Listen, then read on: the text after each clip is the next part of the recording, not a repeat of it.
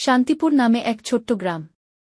গ্রামের এক প্রান্তে রয়েছে এক বিশাল ঘন অরণ্য, চিরসবুজ অরণ্য। গ্রামের মানুষের কাছে সেই অরণ্য এক রহস্যময় জায়গা। অর্ণব, ছোট্ট ছেলে, খুব ভালোবাসে তার দিদিমার গল্প শোনাকে। দিদিমা বলে অরণ্যের গভীরে আছে এক জাদুকরী রত্ন, যার নাম অমিতমণি। এই রত্ন নাকি সব অসুখ সারাতে পারে আর সকলকে সুখী করতে পারে। একদিন গ্রামের কাছে আসে এক লোভী ব্যবসায়ী, রুদ্র। সে ঠিক করে অরণ্য কেটে সেখানে কারখানা বানাবে। অর্ণব ভাবে অরণ্যকে রক্ষা করার একমাত্র উপায় হল সেই অমিতমণি খুঁজে বের করা। অর্ণব অরণ্যে ঢোকে এবং সেখানে তার দেখা হয় তীরন্দাজা, এক জাদুকরী হরিণ, আর ঝরঝরে এক মজার বানরের সঙ্গে। তারা অর্ণবের বন্ধু হয়ে যায়। অর্ণব শিখতে থাকে অরণ্যের গোপন রহস্য।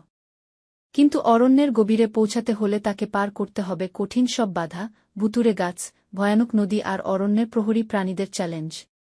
এদিকে রুদ্র তার শিকারীদের পাঠায় অর্ণব আর তার সঙ্গীদের ধরতে। অর্ণব কি পারবে অরণ্যকে রক্ষা করতে?